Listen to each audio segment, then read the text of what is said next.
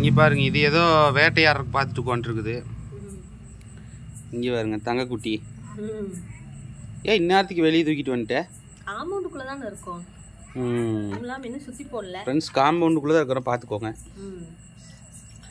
எதுக்கு தூக்கிட்டு வந்த? தூங்கிட்டு இருந்தான், அப்புறம் எந்திரிச்சிட்டான்.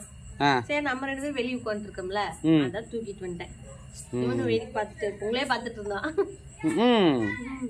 இந்த உதடு பிதுங்குது ஒவ்வொரு காலைக்கு. அது என்ன பண்ணணும் மாமா? ஒன்னும் பண்றது இல்ல, அது அம்மா பார்த்துட்டு சொன்னாங்க எகிர கடிக்கிற அப்படி. அது ஒரு மாதிரி முன்னாடி இப்படி கீழே உதட்ட கொண்டு வந்துட்டு அதுக்கு எதாவது அமுத்தி விடு எதுன்னு சொன்னாங்க. அப்படிலாம் ஒண்ணும் இல்லையா?